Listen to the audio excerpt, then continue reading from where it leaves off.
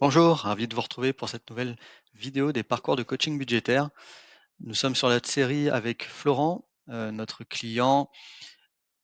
Rappel de déroulement de cette série qui a donc commencé il y a quelques temps.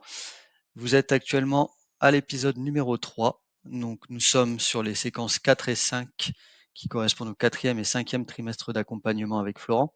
On va voir comment se sont déroulés ces mois et ces 2 trimestres. On aura un petit focus pardon, sur la fin de la vidéo, sur les perspectives futures, c'est-à-dire, comment s'est déroulé, l'après, 15 mois d'accompagnement pour Florent. Est-ce qu'il a poursuivi l'accompagnement? Si oui, comment ça s'est déroulé? Quels ont été les faits majeurs de ces mois qui ont suivi? Qui correspondent globalement à l'année 2025, puisque là, on va aller jusqu'au début 2025 dans cette vidéo numéro 3. Pour petit rappel, je vous indique donc le déroulement de chaque, révision de trimestre. En fait, on aura le niveau de bien-être qui sera revu, les résultats et l'utilisation de la marge de liberté budgétaire, donc qui permettra de voir un petit peu comment, Florent a réussi à dégager une marge de liberté budgétaire et qu'est-ce qu'il en a fait finalement. Les soldes bancaires et les résultats budgétaires, on verra si, on a conservé des soldes bancaires positifs notamment. Le bilan de la séquence et le niveau de gestion qui matérialise un petit peu la performance de Florent et sa capacité à garder son niveau de gestion à un niveau élevé, en tout cas en phase avec ses attentes. Les points d'amélioration et le plan de travail qui découlent à chaque fin de trimestre du bilan du trimestre et puis des perspectives à venir et des efforts qui continuent d'être nécessaires pour conserver son niveau de gestion.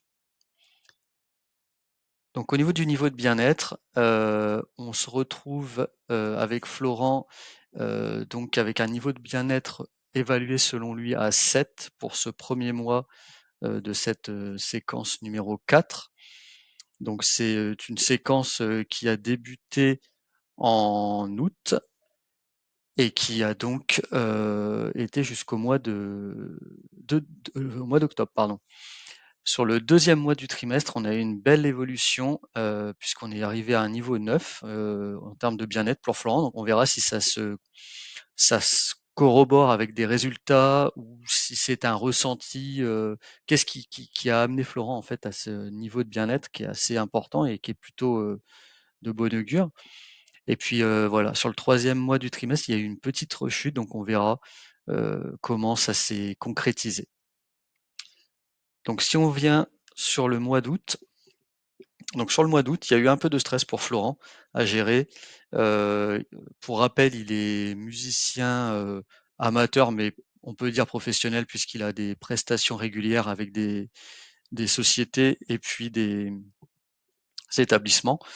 Donc il essaie de développer cette activité pour ensuite en faire vraiment une activité à temps plein. Donc c'est vraiment sa passion, il est vraiment, complètement investi dedans et là, bon, il y a eu quelques prestations qui a été programmées qui pour diverses raisons n'ont pas pu être réalisées, soit, voilà, par contrainte pour Florent, soit par des annulations. Donc un peu de stress parce qu'on l'a vu dans les vidéos précédentes, c'est quand même quelque chose qui prend vraiment une part importante dans le budget de Florent de plus en plus et qui veut développer et donc forcément, hein, si les prestations sont pas là, budgétairement, ça pose des soucis et donc un peu d'inquiétude à ce niveau-là sur le mois d'août.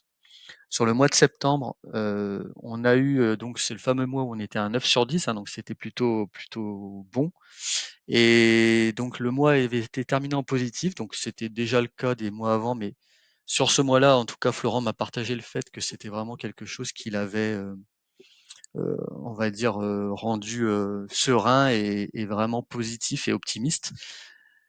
Et puis, l'épargne avait augmenté, également de façon significative car, c'est le mois où, Florent va débloquer un petit crédit. Donc c'est pas forcément la préconisation qu'on donne aux clients d'aller vers un crédit, mais comme, on s'adapte complètement aux clients eh bien, Florent ayant un niveau d'endettement relativement faible, hein, puisqu'il n'avait qu'un loyer à payer, il avait aucun crédit à la consommation ou crédit immobilier en cours.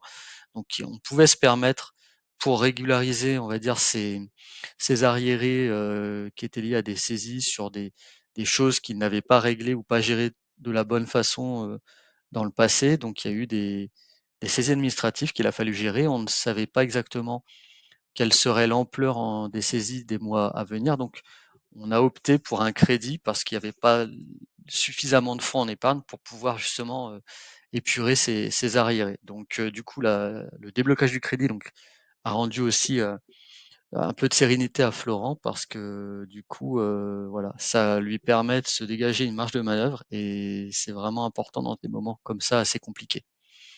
Sur le mois d'octobre, il y a eu une petite redescente parce que, voilà, des dépenses qui n'étaient pas budgétées ont été réalisées par Florent, donc il a été, voilà, il a été conscient que c'était une erreur, mais bon, une fois la dépense réalisée, du coup, bah, c'est bien de s'en rendre compte, mais c'est un peu tard, donc ce qui est important de retenir, c'est qu'il y a quand même une prise de conscience, il n'y a pas de déni, comme ça peut être le cas des fois ou à se chercher des excuses, donc ça, c'est bien parce que dans la relation, ça montre aussi une complicité avec le coach et une, confiance finalement puisque on accepte de reconnaître ses erreurs, hein, face, au coach. Il y a pas de on cherche pas un échappatoire donc ça, c'était plutôt, bien en termes de relation coach et client. Il y a un souci de véhicule qui va se profiler malheureusement pour Florent, donc il a quand même quelques sujets, on va dire, délicats qui se présentent sur cette année 2024, hein. Et là, il y a un peu de d'agacement et d'inquiétude. Alors l'agacement parce que en fait, ça va durer quelques semaines, voire peut-être même quelques mois où, on va pas avoir forcément de visibilité sur, les coûts de réparation. Donc pour se projeter en termes de budget, c'est compliqué. On ne sait pas trop où on va et donc, bah, de l'inquiétude parce que justement, ça peut être des coûts relativement importants et n'ayant pas l'épargne précaution suffisante, ça crée un peu de stress, heu, pour Florent. On a donc, pour résumer un peu ce trimestre, toujours des difficultés à gérer les priorités. Ça, c'est quand même un fait que j'ai fait remonter à Florent assez régulièrement. Bon, on voyait quand même une volonté de tenir son budget et puis de faire les efforts, mais, il y a encore, quand même des hauts et des bas, on va dire, qui caractérisent un petit peu Florent aussi dans son caractère, puisqu'on est encore une fois face à 2 personnes face à face, donc on est face à un caractère qui peut être complètement différent d'un client à l'autre. Et Florent, bon, en termes de gestion, peut-être des émotions et donc des priorités, c'est pas toujours évident pour lui et du coup, malgré une bonne volonté, bah, on n'a pas toujours les actions, qui se réalisent, comme on les attend et parfois des regrets. Donc on a encore du travail, pour Florent à faire sur ce point-là, de gérer ses émotions et donc sa capacité à gérer son budget sur des fois des dépenses qui sont pas forcément, dans le bon timing et qui peuvent, bah, le mettre en difficulté rapidement. Donc sur son trimestre, on voit que globalement, au niveau des dépenses, alors pardon, on va commencer par les encaissements. Au niveau des revenus courants, on est plutôt pas mal puisqu'on a, bah, on est vraiment en phase avec le budget, hein, et avec la stratégie. Donc là-dessus, c'était vraiment bien. L'endettement, bon, bah, c'est des choses fixes donc il y a eu quand même, alors il y a eu le loyer qui lui était en phase avec la réalité et puis la la mise en place du crédit qui va générer donc cette nouvelle dépense d'endettement, mais qui permet de garder un ratio de 32, donc c'est tout à fait acceptable. Et donc un petit point positif sur le budget puisqu'on l'avait anticipé sur l'ensemble du trimestre et finalement le déblocage ayant été réalisé en septembre, le prélèvement est arrivé en octobre. Donc du coup, ça a libéré un petit peu de fonds pour les 2 premiers mois. Après sur les charges fixes contraintes, on était globalement, en phase également, donc il y a pas trop de surprises à ce niveau-là.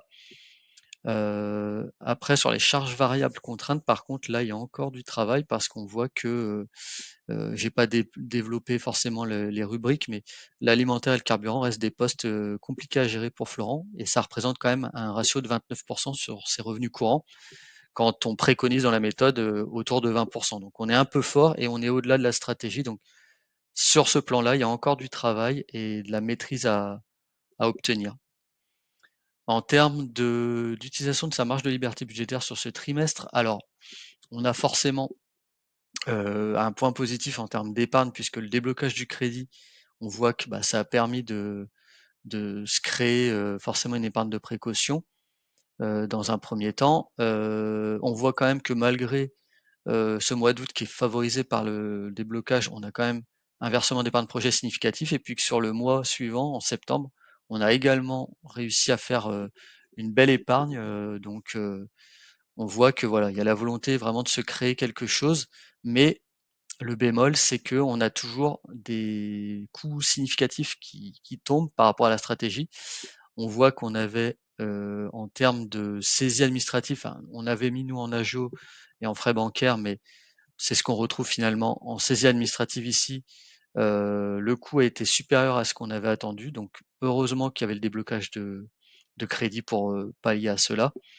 Et puis on a toujours le risque URSSAF qui a pas été, complètement, enfin qui a pas été traité, hein, tout simplement, qui reste toujours là et un coût qui, lui n'était pas prévu, mais qui a été réalisé par Florent par rapport à une panne sur un instrument. Donc bon, il m'avait demandé mon point de vue. Il y avait apparemment pas la capacité d'attendre ou d'étaler, la dépense. Donc voilà, malheureusement ça a dû être débloqué sur le mois d'octobre et donc une dépense importante et on voit que du coup, bah, ça s'est matérialisé par, ces dépenses, un petit peu, importantes. Malgré le fait du crédit, ça s'est matérialisé par, des sorties d'épargne plus importantes qu'anticipées. Sur la partie, plaisir de l'utilisation de la marge de liberté budgétaire, on a donc là, j'ai dit à Florent: «Attention aussi», puisque en termes de vacances et week-ends, on avait prévu un coût, assez anecdotique à 130 € sur le trimestre et finalement, il a fait une dépense de 700 € sur le mois de septembre, qui elle n'était pas du tout anticipée en stratégie. Donc encore une fois, le crédit qui était censé dégager, un coussin d'épargne de précaution a permis de, pallier à cela, mais ça reste quand même des choses, qui on peut pas se permettre de faire des déblocages, enfin des dépenses de cette ampleur-là au vu de ses revenus, sans, essayer de l'anticiper un petit peu ou de éventuellement même étaler la charge. Donc ça c'est vraiment, à être attentif là-dessus. C'est ce que je dis à Florent: «Attention aux montagnes russes» et donc c'est jamais bon pour le budget donc bon. Un trimestre qui est quand même, qui soulage Florent par le fait d'avoir le déblocage du crédit, mais encore du travail à faire sur la gestion des dépenses et sur les surtout des dépenses parfois importantes, hein. Donc en termes d'analyse, beh, forcément, ça se reflète dans le graphique, hein. On voit que, bah, tout simplement, il y a quand même pas mal d'écueils par rapport, au budget, donc on a du rouge puisque, ça peut être des fois des mauvaises surprises, les saisies administratives en étaient une, mais, c'est aussi des fois du ressort de Florent, avec des dépenses qui sont, quand même pour des montants importants et qui n'ont pas forcément été anticipées. Donc attention là-dessus. Pour autant, on garde un solde bancaire positif sur l'ensemble du trimestre, donc ça, c'est quand même, un bon point. C'est-à-dire que malgré les fluctuations, malgré, une gestion de l'épargne, un petit peu tumultueuse, on est, quand même en capacité maintenant, c'est ancré chez Florent de tenir ce solde bancaire. Sur le bilan de la séquence, on va se retrouver, du coup, du fait tout simplement de blocage de crédit, on va avoir un taux d'effort qui va être boosté par cette épargne, complémentaire finalement et qui va nous amener à un taux, important de 284.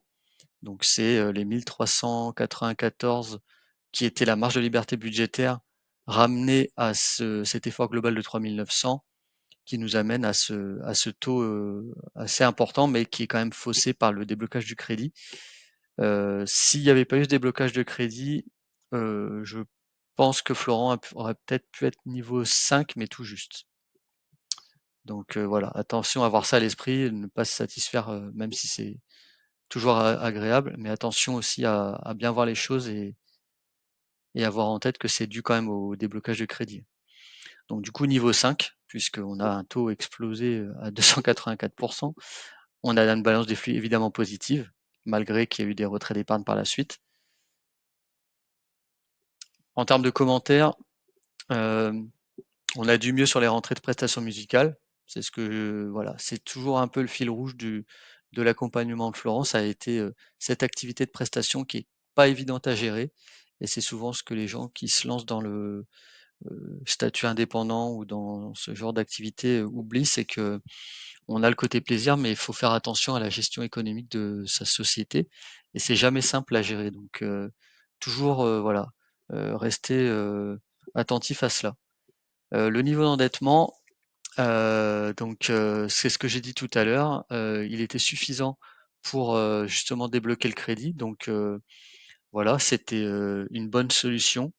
Ça reste, une solution qui est vraiment en dernier recours parce que bon, normalement, on essaie d'équilibrer le budget sans cette obligation, mais quand les coûts sont trop importants, ça peut être aussi une solution pour se relancer et éviter des agios et des découverts, récurrents.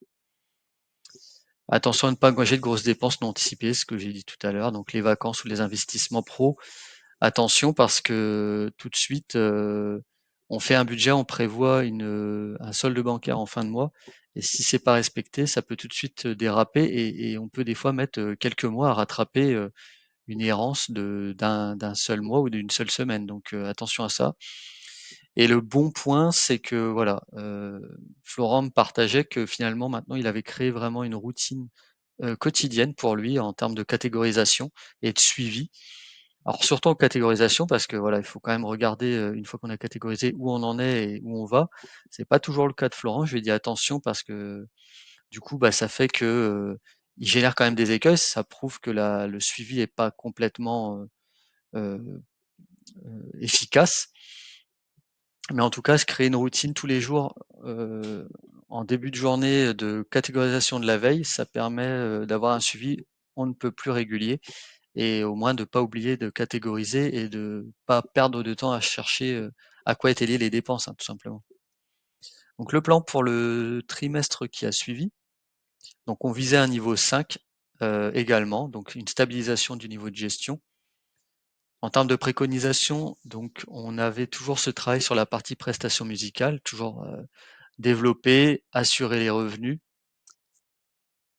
prévoir un plan d'investissement ou anticiper pour ne pas subir les choix et ou épuiser l'épargne rapidement. Donc voilà, quand on a, des choses à acheter pour le domaine professionnel ou même personnel, essayer d'anticiper, essayer d'étaler cette charge, ne pas la prendre plein pot sur un mois parce que, forcément, ça passe pas ou en tout cas ça c'est compliqué et ça crée du stress et on est encore une fois, dans l'accompagnement pour créer de la sérénité donc c'est aussi au client de voilà, d'anticiper, c'est à nous de lui dire et de lui faire comprendre que, en fait, un plaisir, peut-être, comme ça, ponctuel, on va dire, peut lui générer du stress pendant des mois parce qu'il va falloir subvenir après, à cette dépense.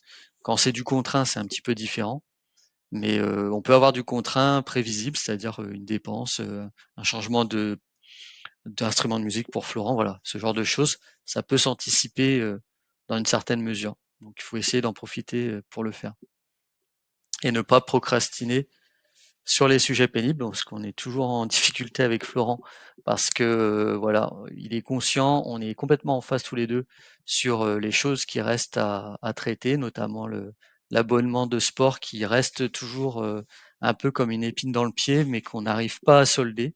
C'est un peu compliqué et Florent, a tendance à mettre ça un peu de côté, mais en attendant, c'est de l'argent, qui part tous les mois pour, finalement quelque chose qu'il n'utilise pas donc voilà, faut à un moment, faire l'effort et puis après on est tranquille, c'est géré et puis voilà. Donc voilà un peu le bilan pour ce 4e trimestre qui a été voilà, dans une bonne dynamique même si, attention de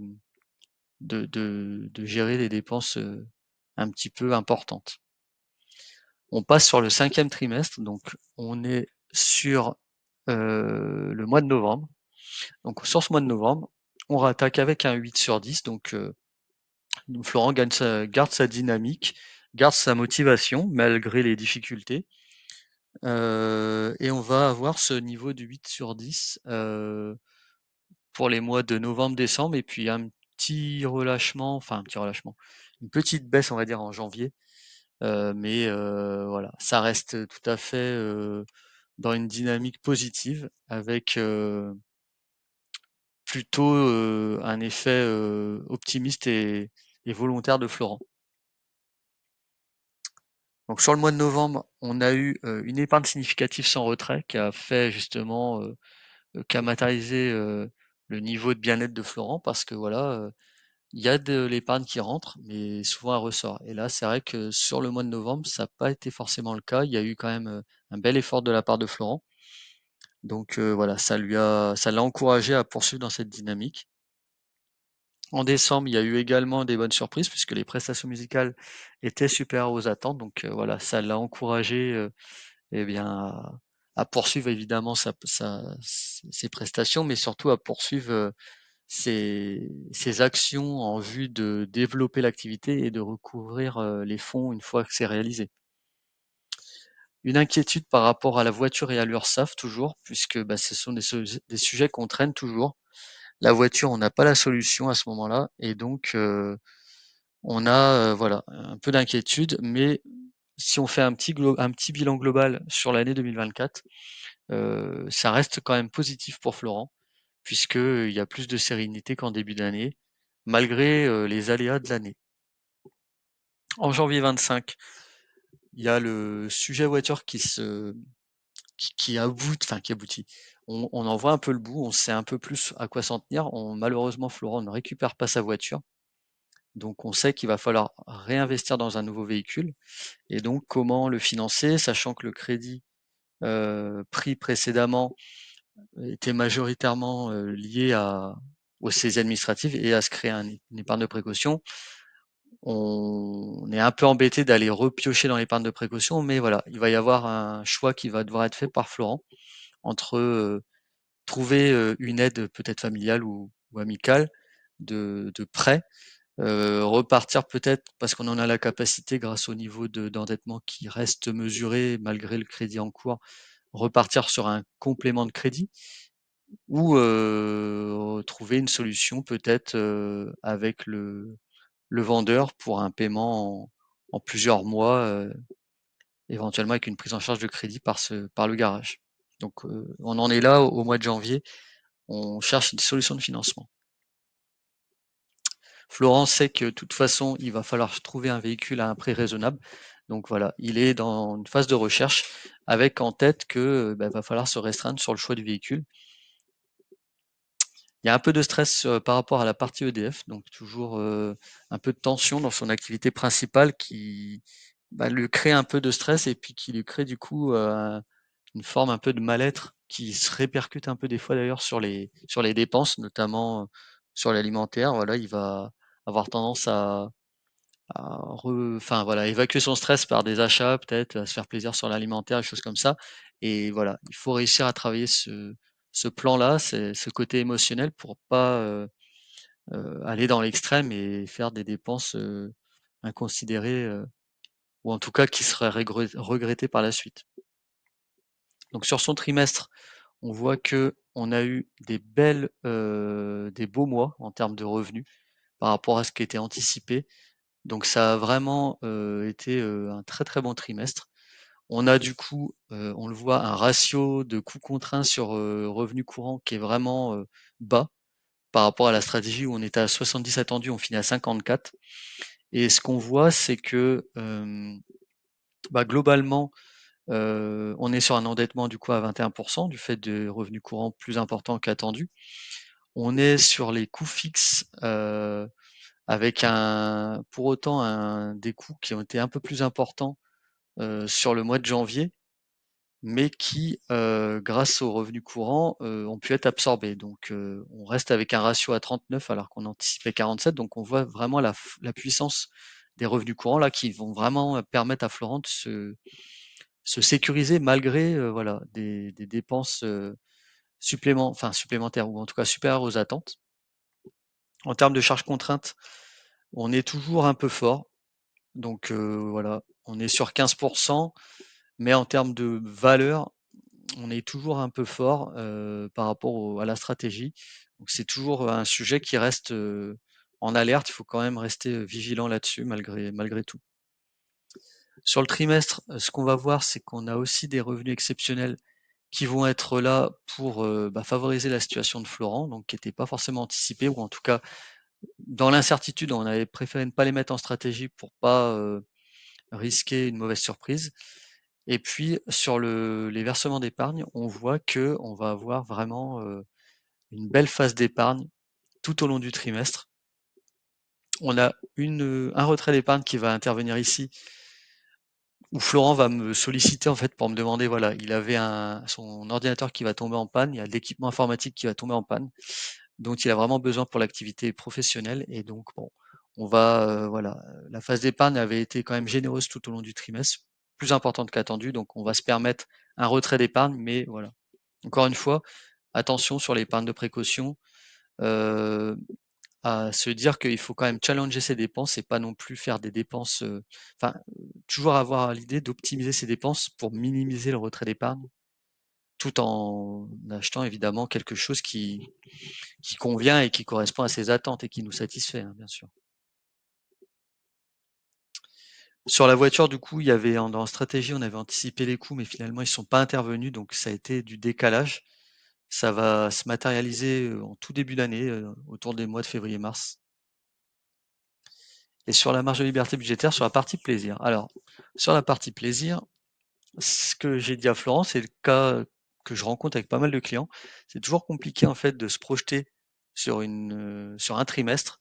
Souvent les clients ont tendance à dire: «Bah non, j'ai pas de dépenses prévues» et donc on sous-évalue en stratégie en tout cas, ses dépenses à venir et en général, ce qui se passe, c'est assez courant, c'est que voilà, on a finalement des dépenses qui interviennent, plus ou moins importantes. Donc là, bah, à nouveau, on retombe dans les travers un petit peu, avec Florent, où on a une dépense vraiment importante, en vacances week-end qui arrive au mois de janvier là, puisqu'il y a une opportunité, mais voilà, cette opportunité, Florent va se la financer avec un retrait d'épargne projet, mais c'est ce que je lui ai expliqué, c'est que du coup, OK, ça se finance, mais en tout cas, faut avoir à l'esprit que du coup l'épargne, redescend rapidement. Donc attention de ne pas se créer non plus un comment dire? Un stress ou une inquiétude avec, une quantité d'épargne qui se réduit et qui peut justement en cas de souci être insuffisante. Donc attention à ça. Donc voilà, forcément au mois de janvier, on a quand même des écueils, enfin voilà, ou des mauvaises surprises qui créent, bah, un écart significatif au budget. Le solde bancaire, il est positif, hein, il n'y a pas de débat. Il est positif. Le résultat budgétaire a même été positif quasiment tout le long du trimestre et donc ça montre que du coup, le résultat budgétaire étant la différence entre les encaissements et les décaissements, on voit que Florent n'a pas dépensé plus que ce qu'il a gagné sur chacun de ces mois. Donc il n'y a pas eu à piocher sur le solde bancaire, donc ça c'est aussi une bonne chose.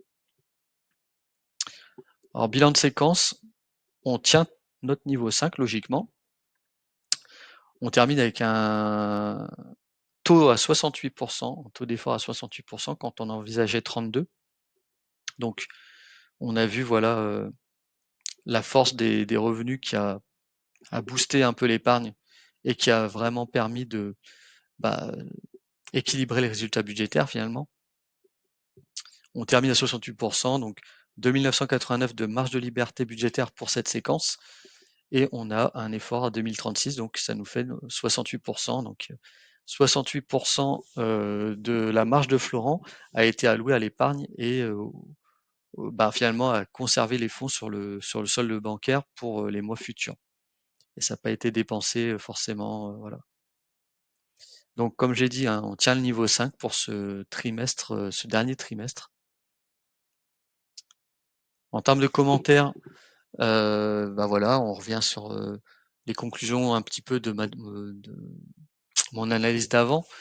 On a, des prestats qui ont compensé les écueils, mais il faut garder une discipline de dépense. C'est pas pour autant que, il faut, voilà, dépenser ou partir dans des dépenses non maîtrisées. Ça, c'est très important parce que souvent, on a une rentrée supplémentaire et puis, ça peut tout de suite, voilà, émotionnellement créer peut-être, un effet bien-être un peu soudain et puis hop, on fait une dépense, imprévue qui est supportée, mais qui permet pas en tout cas de garder une part en épargne et c'est ça le toujours la logique, c'est toujours de se constituer une épargne petit à petit, y compris avec les revenus complémentaires. Donc attention à ça, attention aussi, à l'utilisation trop régulière de l'épargne qui est là pour ça, mais qui doit rester, on va dire maîtrisée et anticipée et surtout, bah, si on a autant d'entrées que de sorties, bah, concrètement, hein, c'est pas compliqué, il y a pas d'épargne qui grossit en termes de valeur et donc on reste toujours avec un flux d'épargne, à flux un peu à flux tendu donc c'est pas non plus l'objectif. L'objectif, c'est de créer petit à petit un solde d'épargne conséquent et avoir une vraie sécurité. Les besoins pour les activités pro, toujours mal maîtrisés, donc il y a quand même des dépenses importantes qui tombent, notamment dans les abonnements. Souvent, quand je demande à Florent, bah voilà, il y a des abonnements ou des dépenses. On sent que voilà, il n'est pas en termes de besoins, de coûts et de d'étalement de charges, on est un peu dans, des fois un peu dans l'improvisation, donc ça, c'est pas possible. Moi, je lui dis pour lui évidemment, hein, parce que comme on fait à tous les clients, on travaille pour le client et donc voilà, ça serait une faute de ma part de pas l'alerter là-dessus. Donc voilà, il faut vraiment qu'il travaille, ce sujet-là, encore une fois et essayer d'être plus, régulier et plus, en maîtrise de ce type de coût.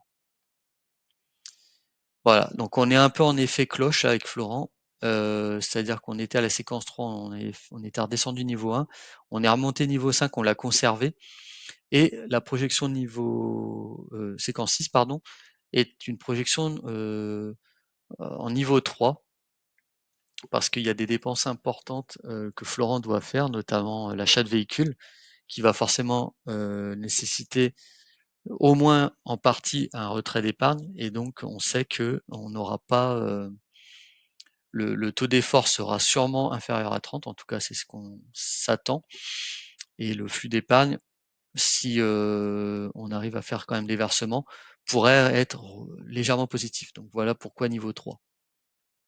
Donc en termes de plan pour, on va dire, appréhender cette séquence, on va, essayer de voilà, garantir le succès de la transition professionnelle qui se poursuit en continuant, les efforts budgétaires et en anticipant, c'est vraiment le maître mot et c'est le maître mot d'une bonne gestion en général. Pas que pour Florent, mais pour l'ensemble des clients et pour moi-même d'ailleurs. Mieux maîtriser les achats conséquents parce que, bah, ça c'est quand même des sommes importantes et on fait pas un achat à 70 € comme on fait un achat à 700 € donc ça se gère pas de la même façon. En tout cas, ça s'absorbe pas de la même façon. Et réussir à conserver l'épargne, ça, c'est ce qu'on a déjà vu avant, mais c'est quelque chose vraiment qui est important parce que ça génère du stress pour Florent et il tient qu'à lui de justement combiner un petit peu ces 2 éléments-là entre les achats conséquents qui arrivent un peu ponctuellement et qui sont pas maîtrisés pour moi parce que quand on parle d'une stratégie en début de trimestre et qu'au 2e ou au 3e mois, on a ce type de dépenses et que c'est pas lié à une panne ou chose comme ça, c'est que voilà, il y a encore du travail et de la maîtrise à obtenir sur sa gestion de budget. Donc on voit que voilà, c'est fluctuant, heu, on n'obtient rien sans effort et sans travail, donc il y a eu un gros travail de Florent depuis le début de l'accompagnement, mais on voit que voilà, à terme des 15 mois, on n'est pas abouti, c'est différent pour chaque client, mais en tout cas avec Florent, on a encore, voilà, il y a encore du travail et de la maîtrise à obtenir.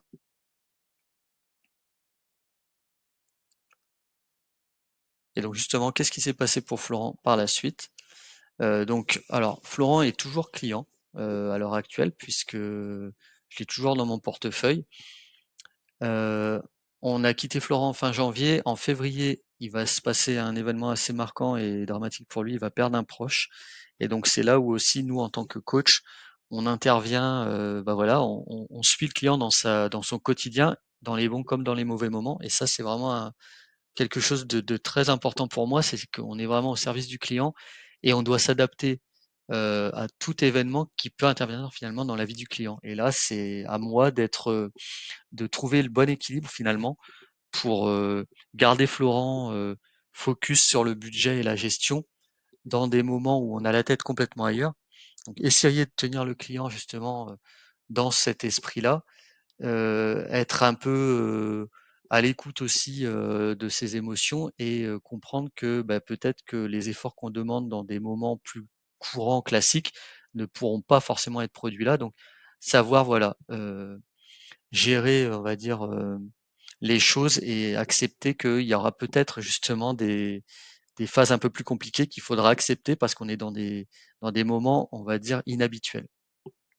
Autour du mois de mai, donc en mars, avril, mai, en gros, ça va rester compliqué pour Florent de garder le budget en ligne, on va dire. Il va y parvenir en mars-avril avec difficulté, mais bon, il y a toujours ces prestas musicales qui sont présentes et il arrive quand même à travailler ça. Mais en mai, malheureusement, là, il va y avoir un peu de un relâchement, pardon, où là, il va vraiment sortir un peu du contexte de l'accompagnement et on va stopper l'accompagnement le temps que Florent prenne le temps vraiment de se reprendre et de souffler par rapport à tout ce début d'année qui n'a pas été finalement très simple. Il y a eu aussi l'achat de la voiture qui intervient en mars-avril, qui voilà est un soulagement d'un côté, mais de l'autre, c'est une dépense supplémentaire. Donc voilà, il y a eu tous ces événements qui ont un petit peu chamboulé Florent. Donc on va faire un stop pendant un mois. Et puis sur le mois de juin, on va repartir et avec des nouvelles dispositions. Il va intégrer sa compagne dans le rendez-vous. Ça va me permettre de la rencontrer, de voir un peu pour elle aussi comment on travaille avec Florent. Les budgets vont être un peu mieux tenus. On va supporter des agios du fait des écueils du mois de mai. On va être en solde négatif, donc en juin, malheureusement, il y a des agios qu'on va devoir supporter et où Florent va devoir justement aller faire des efforts supplémentaires pour répondre à cette nouvelle dépense. Et puis sur le mois de juillet-août, eh bien, il va y avoir un projet immobilier qui va se profiler. Donc voilà, la situation de Florent est un petit peu juste pour le projet, mais en tout cas, avec du travail, on sent que c'est faisable. C'est pas un projet qui est inaccessible grâce, au travail que Florent fait sur son budget. Il va passer à 50% sur l'emploi principal EDF, donc ça va être aussi un challenge nouveau. Après être passé à 80, on passe à 50, donc un nouveau challenge pour lui d'essayer de voilà, booster encore son activité de prestat musical pour pallier à cette perte de revenus au niveau de l'emploi principal qui devient finalement l'emploi, secondaire au fil du temps, hein. Le remboursement anticipé d'un crédit, donc pour Florent qui, grâce à son épargne générée par ses revenus courants, va, permettre d'améliorer son dossier, hein, puisqu'il va rembourser son crédit en anticipé, donc ça, c'est plutôt bien. Il me l'a pas forcément dit, donc moi je l'ai un peu constaté après coup. Donc bon, ça c'était pas extraordinaire parce que du coup, moi, pour l'accompagner et pour le conseiller, il faut que je sois vraiment aussi au fait de tout ce qu'il envisage de faire et de ce qu'il fait réellement.